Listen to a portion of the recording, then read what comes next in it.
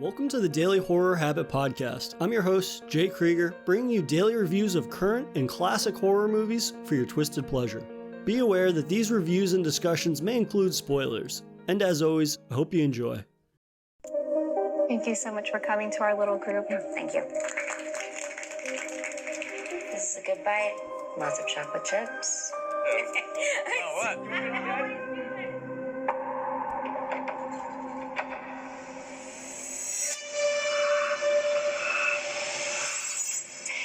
Ted, I saw someone outside. Honey, that's the man. He comes every night and tries to kill her. We're just gonna leave him? Oh, I'm sure he's already gone. You said a man comes into our house. Every night and tries to kill us. Hey, pull it together. What? Alone, isolated, a man could appear at any time. He keeps coming back. He should be dead. This man could be anywhere. I just don't know what I would do in that situation. Sure is scary. Very. I'm sorry, I come at a bad time. I tried to call, but I told you that something supernatural was happening. Would you believe me? We are being attacked. There's no rationalizing it. There is no saving us. So get used to it. Between writing and directing the medical malpractice madness of 12-Hour Shift and starring as the love interest in the creature feature Romance After Midnight, as of late, Brea Grant has been making quite a name for herself within the horror genre. And with the supernatural home invasion thriller Lucky, which will be streaming on Shudder beginning March 4th, Grant shows once again that she's a name worth paying attention to. Directed by Natasha Kermani and written by Brea Grant, Lucky follows author May, played by Brea Grant, whose life has hit a bit of a rough patch.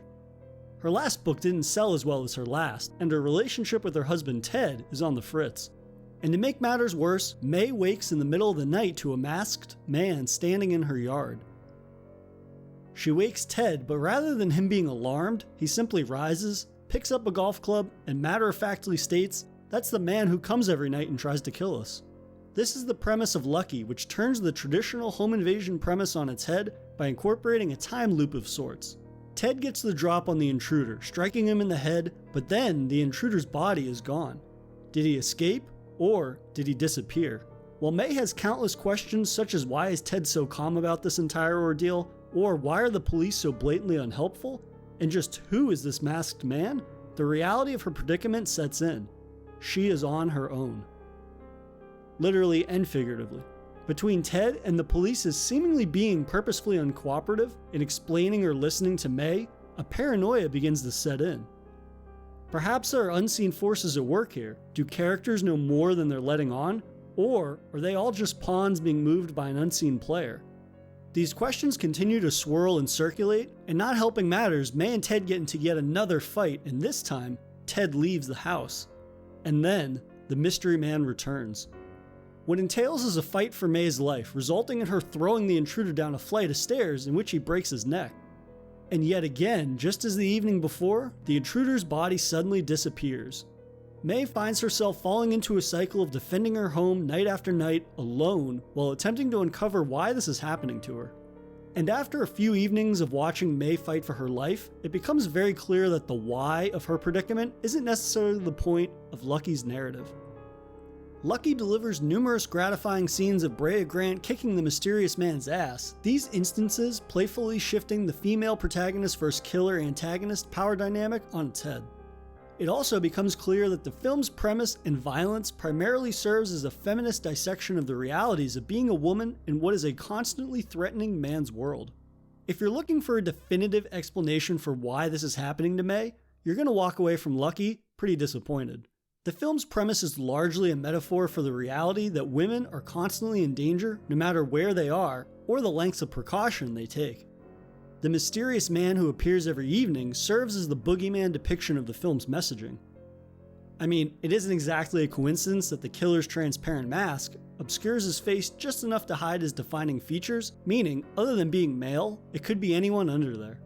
In terms of the fight scenes, the mysterious man has a Taskmaster-like mysticism about him. Initially, he's easy to kill, but as the evenings and attacks persist, the man becomes more likely to predict her movements. And then he breaks the rules. The killer begins materializing whichever weapon May brandishes, whether it be mace, a knife, or even having the keys to her place. This ever-evolving threat does allow the film to maintain its tension every time he shows up as the invincible boogeyman. And now for a brief intermission. If you've been enjoying this episode of Daily Horror Habit, please take a moment to subscribe to the show on your preferred streaming platform or leave us a review on iTunes. And thank you for your continued support, and I hope you enjoy the remainder of today's horrifying episode. You might worry that this time loop of home invasions would become tiresome, but the film smartly and consistently evolves on the fight scenes with each instance of them. On the fourth or fifth fight, May's feelings of fear give way to annoyance at the man's continued presence. Seeing this adversarial relationship grow from one based in fear to annoyance not only provides some brief levity, but acknowledges May's becoming used to this pattern and the film's passage of time. But what is more terrifying than the unkillable antagonist is Brea Grant's script tackling the other, less confronted reality: women are not listened to. This materializes in the film's conspiracy-esque depiction of characters seemingly refusing to help May. At one point, May has contacted the police so many times about the killer appearing that they assign her a social worker. Despite May giving clear answers about what is happening, the social worker weaves their own narrative about the reason why this is happening, ultimately forcing the blame on May, the victim. There is also the portrayal of the acting detective that continually returns to May's home and asks her the same questions, completely unfazed by the lunacy of her predicament. This does add a bit of levity that helps to even out the film's rather on-the-nose approach to getting its messaging across. Brief bits of absurdity such as the detective matter-of-factly stating, "I don't think he's going to come back," after his visiting May for the previous 3 evenings definitely got a chuckle out of me. But then again, within the context of the film's messaging and the reality that women aren't listened to or their worries aren't taken seriously, is it that absurd of a moment?